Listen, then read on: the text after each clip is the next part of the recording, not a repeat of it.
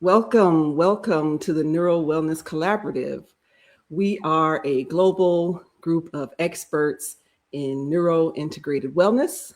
We're committed to helping individuals, caregivers, families, professionals, and organizations to preserve function, to maintain their health, their independence, and to improve their overall quality of life. We use practical, thoughtful strategies, evidence informed wellness approaches. And our mission is quite simple it's to help people to live longer, to live healthier, and to live more functional lives by addressing some of the lifestyle factors that influence how the brain, the body, and the nervous system perform every day. So each month, we bring together healthcare professionals and wellness experts from around the world in order to explore different topics that impact resilience, mobility, cognition, recovery, prevention, and healthy aging. So whether you're caring for yourself or caring for someone else, or if you're leading a workforce, whether you're navigating the challenges of everyday life, we're most honored that you decided to spend this time with us.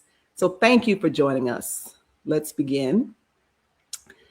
Today's topic is a discussion entitled World Cup, Remaining Functional During High Demand Activities. Around the world, we know that we have athletes that train under rigorous conditions in order to perform under high pressure. But the truth is, many of the people that face the greatest physical and emotional demands are not necessarily on a playing field. These are the caregivers, the first responders, the business leaders, the individuals who are living with the responsibilities of everyday life. And they are also those people who have physical limitations and challenges. So today we are here to explore some of the practical strategies for recognizing fatigue and preventing burnout, supporting recovery, maintaining resilience, preserving function when other people are depending on you. I have my colleague, Dr. Wail Salam, here with me today, and we thank you for being part of this conversation. So whether you're joining us live or if you're watching the replay from somewhere around the world, we would love to know where you are joining us from. So firstly, when we talk about remaining functional, what are we really referring to? What does this really mean? In my mind, this is a concept that relates to the body's ability to perform tasks that are required by everyday life. Performing these tasks efficiently, performing safely, doing them on a repeated basis. It relates to meeting demands without breaking down, or I should say without excessive breaking down, without incurring injuries, without becoming ill, without losing the ability to perform. And so the demands of some of the World Cup spectators, for example, some of the volunteers, some of the workers, some of the people who will be traveling, the demands that they will face will include walking for miles through large stadiums. It will include standing in very, very long lines. I know that in Miami alone, they're talking, 30,000 odd people per day going through Bayfront Park. We're talking about dealing with schlepping heavy luggage, working long hours, partying long hours, managing heat exposure, a lot of different elements that will come into play. And even the athletes, they have the demands of course, the mental pressure and stress of high stakes games. This is enduring long hours of extreme training drills, navigating various time zones as they travel. And of course, as I mentioned, just the idea of knowing that you're going to face the very best when you go out to compete and you have to try and win. Likewise, the demands of caregivers and people who live with physical limitations and disabilities, they also deal with performance issues. The people that care for the disabled, they have long hours. Sometimes they go without sleep. Sometimes they're poorly nourished. And then what about those folks who are living with disabilities themselves? What about the folks who have physical challenges themselves? Dr. Wail, what are your thoughts on this matter? We know that there's demands in everyday life, but then what about those folks who, are living with challenges in addition to those demands? What are your thoughts? You have a nice day first, Ayanna. Thank you for inviting me to this discussion. I want to say that our day life is a stressful life now, especially that day. And we have both physical stress and also psychological or mental stress. So we have to know well how to manage the psychological stress. Yes, physical stress, we can do it by ourselves. We can control our physical stress, whatever by brain and by musculoskeletal system. We going to a physical stress, we do it, but we have to manage our psychological stress. Psychological stress is so beneficial stress that help us to give us extra power to add to our challenge. If I want to Yes. perform our daily, if I perform our daily life activity, yes, Mm-hmm. I have to work with peace. And I learned a very small skill because you have to differentiate between negative stress and positive stress. Right. Both of them are psychological stress. But Mm-hmm. if I feel that I'm a winner, I earn some money, I earn a new certificate, or I earn something, that's the positive stress. But I negative stress when I see that I lose something that is nothing for me. So I Right. tell you a good thing to make your mind all the time relax. Make you breathing. Breathing is very special. Yeah, this like yoga, but you have to do it. Breathe in your nose in and out. Then breathe in your nose.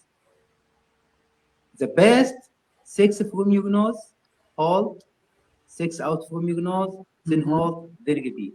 If you don't do it, if you can't do it, just take like two, whatever you do it with relax.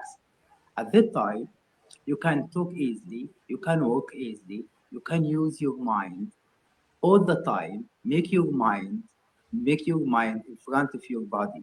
Don't make your mind behind your body. Right. Right. All the time, I have to think. I have to think what I am doing. And easy, talk slowly, move slowly. And by that way, you can manage your stressful activities, especially if you are talking about this man when they are have an interest in increasing their capabilities. When I want to increase myself, I Mm-hmm. have to go to the border and to have to pass the borders. I see my border of abilities. If I pass these borders, that means that this is a strong message to my body to increase myself, to increase Mm-hmm. its capabilities. So when I reach to my borders, so it's difficult for me. I need the stress with me. Take care. You take the psychological stress with you. The psychological stress make it positive, control it, and for a short time, and then relax. Like that for a athlete and for my kid, they are physical disability, and it's so difficult with them to Yeah. control their balance when they are feeling to fall, fear fall, and this is difficult because they are weaker, and a lot of challenges there. Mm-hmm. Please take it in a positive stress. All stress, I am a winner. I can do it. I can pass the stage. I'll be like anyone else. I have unlimited abilities. I have unlimited hopes. So we have to do it in ourselves. Don't say that I can't do it. This is above to me. It's hard. This hard life. Why that is for me? Enjoy life. You don't live two lives. One life.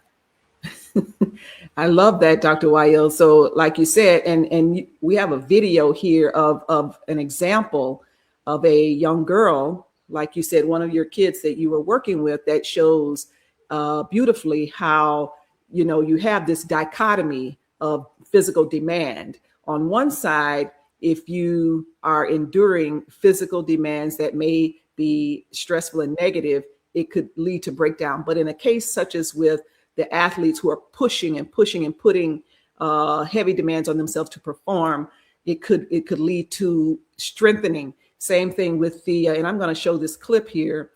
Same thing with this pediatric case, the little girl that you're working with. Like you said, when she feels fear, she has to really talk to herself in addition to you talking to her. And really all of us as rehab professionals, when we're dealing with our patients and neurological cases, especially, well, all cases, like you said, it's difficult for them on the front end.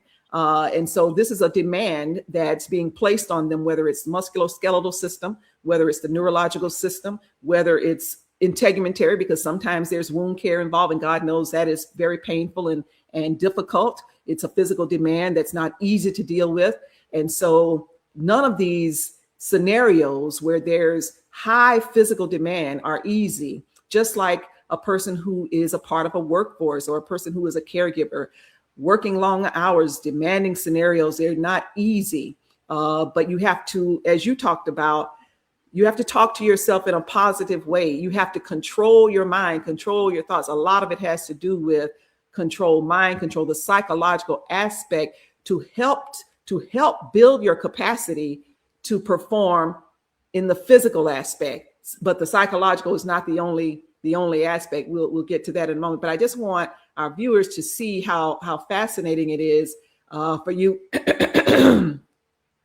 to impose demand on a young girl and to see her actually develop and perform right before our eyes. Take a look.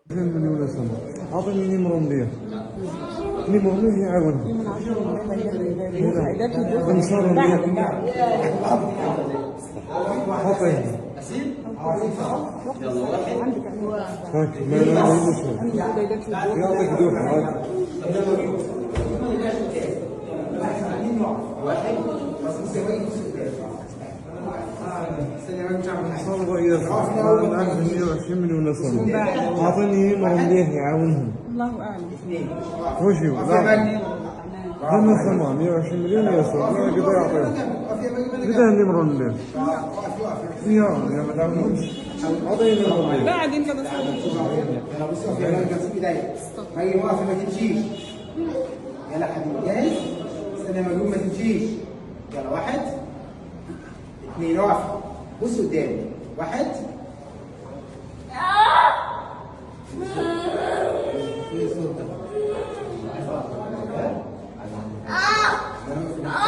هنا باجي بسمع كلام هنا باجي بس بتاع شو كلام العربي بتاعه ركز في الشغل بتاعي انا جامد يلا واجيني حب يلا هنا باجي 1 اقف انا معاك انا جنبك اهو 1 اقفي برافو عليك يلا انت مش هتقعي انت تركزي في الحركه بتاعتك كده بتيجي على العرض يلا لوك يلا اقف واحد جنبك برافو عليك بص بقى انا عايزك تعد هنا هي بتعمل كام خطوه وساعه تسمع كام خطوه بتعمل كام واحده لو 7 لا دلوقتي الكوفه هو 7 كله 1 2 دلوقتي كده معانا حاطط معاه 3 اقف يا مريم يلا مريم اقف عشان اسيب طبعا مظبوطين يعني لا بص انا بص الطوب بعد ما اسيبها تقف يلا مريم اقف يلا 1 2 اقف يا مريم ادي 1 يلا مريم شطور ايه بص اكيد يا مريم العمليه اقف الاول بس اقف الاول يا مريم اقف الاول ما تتحركوش جاهزه 1 2 1 برافو عليك عمليه حلوه اقف تاني عشان نكمل بص قدامي 1 اقف يا مريم باطل يلا يا مريم 1 اقف يا مريم انا معاك اهو يلا كمان اقف يا مريم باطل اقف يا مريم اقف يا بنت بص قدامي انا عايز Absolutely fascinating to see her. That was very difficult for her. And she started crying at one point. It was not easy. Let's see how she developed under the stress, under the demand, how she eventually began to do better. Let's see. That was really something. قدامي مجنون شاطر قوي ممتازه يا حبيبي ممتازه يا مجنون ظهري قدامي يا لولو الله عليك I tell you, this is really fascinating to watch. This is what makes what we do so very rewarding, because rehab is like molding clay. When you see the results and the rewards of what we do to help people right before your eyes, it's a pleasure. And again, I call her a baby. When the baby began to cry and she was afraid that she was going to fall, but continuing to coach her and demand that her body, her brain perform. On the flip side, in the after video, we saw that she actually performed under the demand. Yeah, it's so difficult for her. Yes. So difficult for her. She all the time she feels that she will fall at any moment because she can't control herself. She can't Yes. use her hand to protect herself. She has no balance. It's Yes. so difficult for her. But she insists, and I am insist with her. And when you saw the first picture, you see the social distance between me and her. I'm so Yes. close. But in this video, I'll be away. And now I'll be away from her at all. She's this video from about 4 months from now, but now she's changing more and more. This is a Wow. challenge.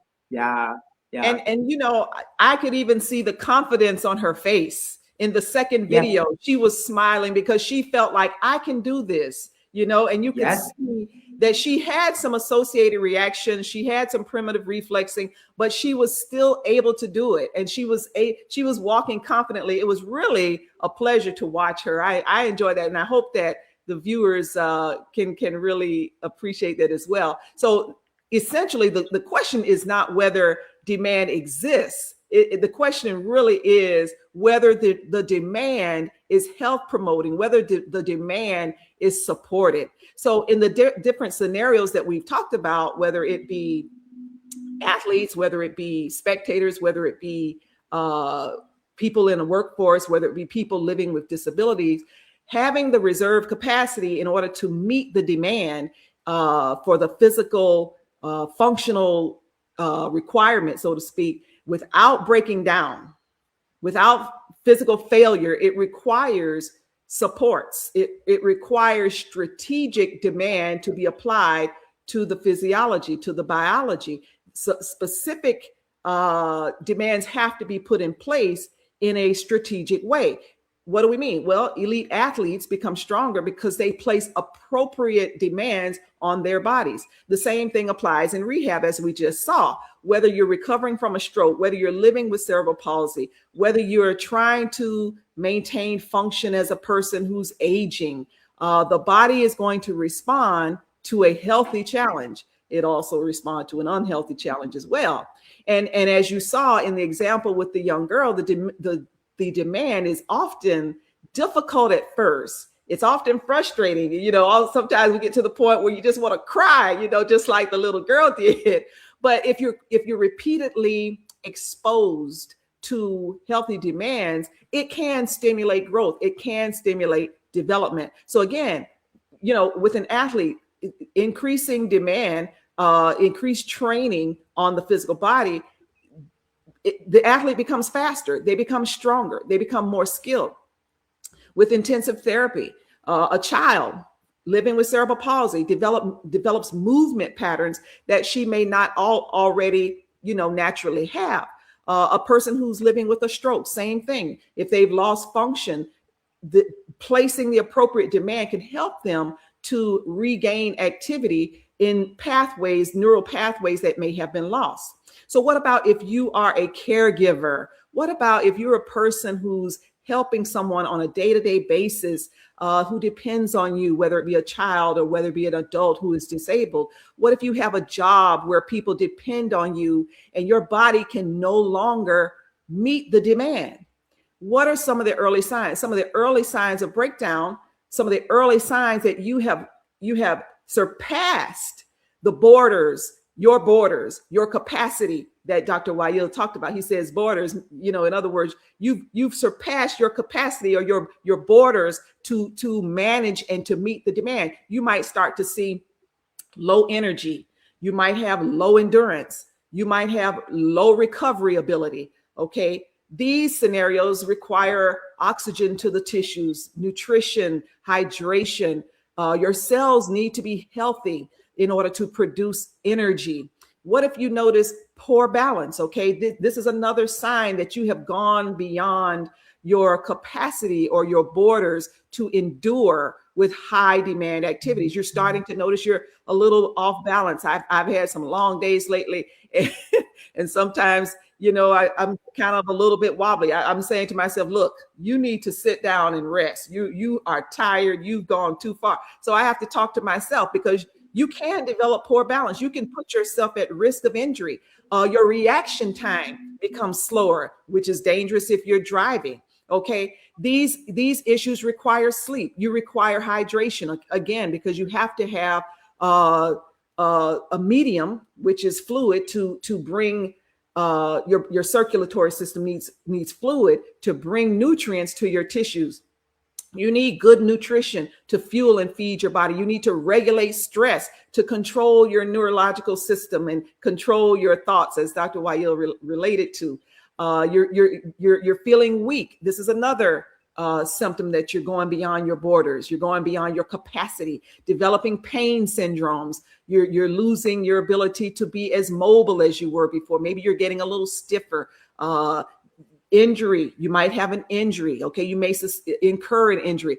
These things require strategic movement, strengthening, recovery from rest. Well, rest that leads to recovery. You require proteins and other substances through your nutrition to build your musculoskeletal capacity again. If you're dealing with reduced stamina, okay, a lot of times on the playing field, a lot of times in the workforce, you know, we're going beyond our borders. We're feeling reduced stamina. We're fatigued. Okay, these are signs that you need strategic physical activity. You need nutrition. You need healthy circulation for the cardiovascular system to deliver your oxygen to your tissues. Oxygen is one of the main elements that helps to nourish and give messaging to your tissues as to how to perform and function.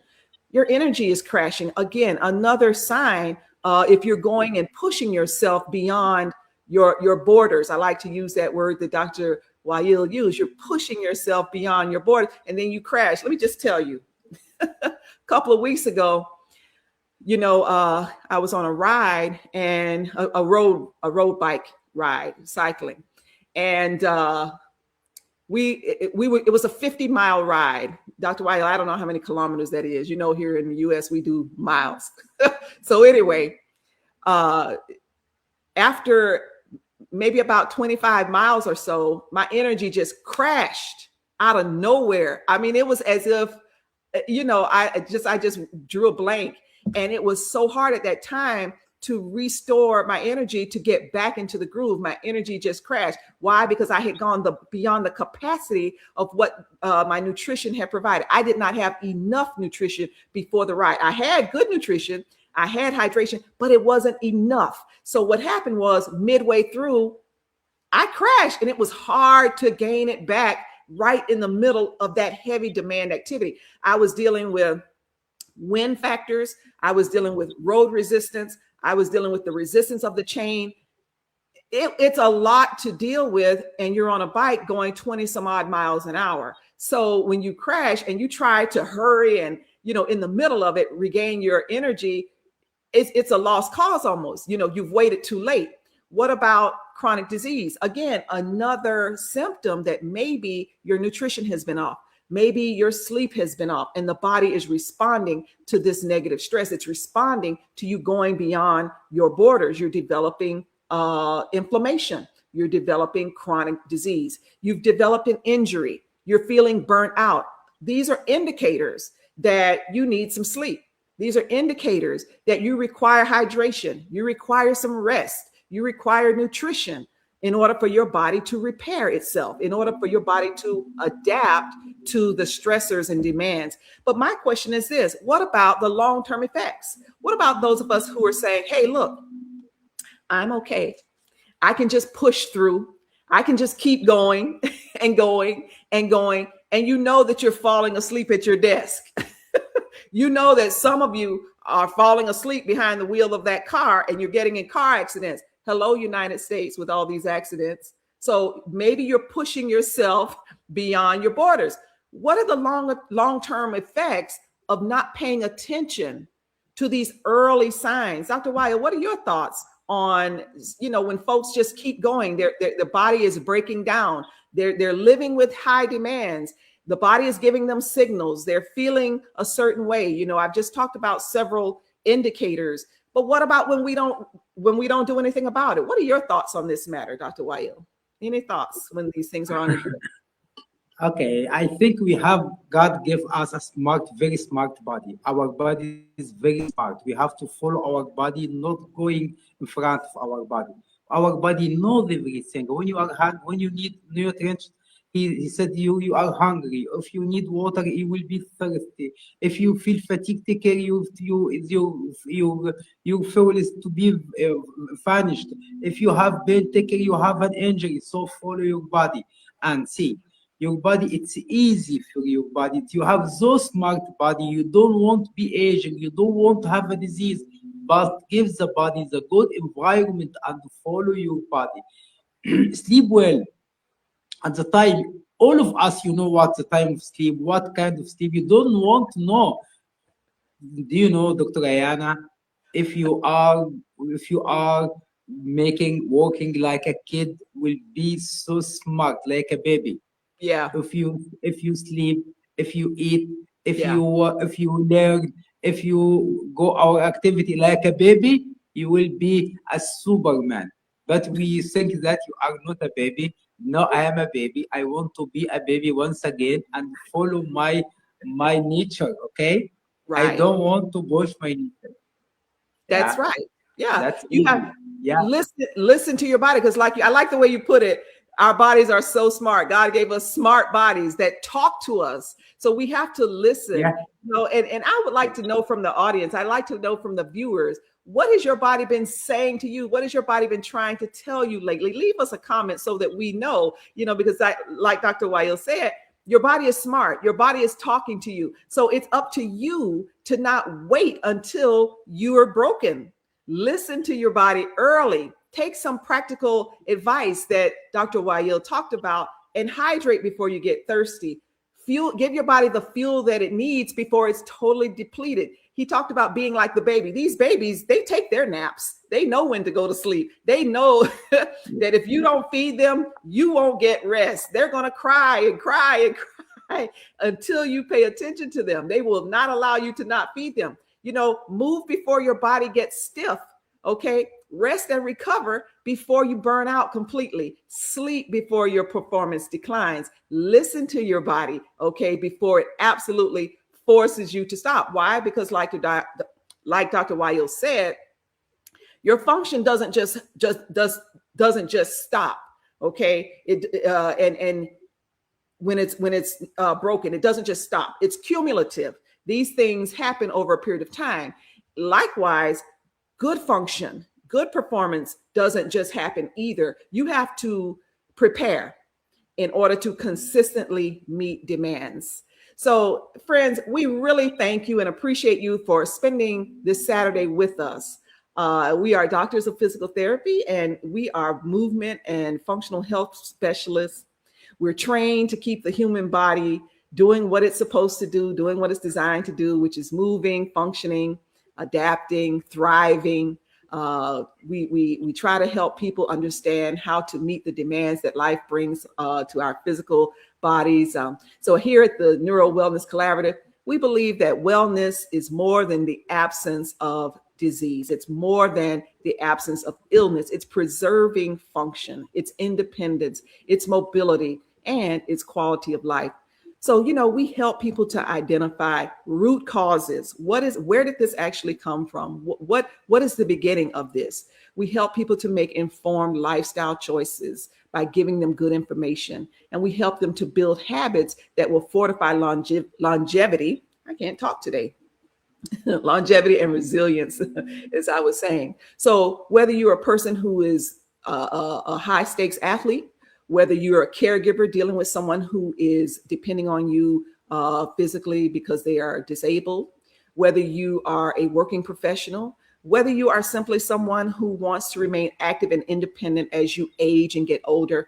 Our goal is very, very simple. We just want to help you to live longer and suffer less. We invite you to join us here every first Saturday of the month. We're here from 12 until 12:30 Eastern Time. We give practical conversations that will help you to stay healthy, help you to stay functional, and to inform you. So don't forget, please like and subscribe. Share the channel with your friends, share it with your families, and even, yes, your enemies. Why? Because everyone deserves access to good health. And with that being said, take care of your body. It's the only one that you get. Stay well, everyone. Stay focused and stay functional. Keep on moving forward, and we'll see you next time. Bye.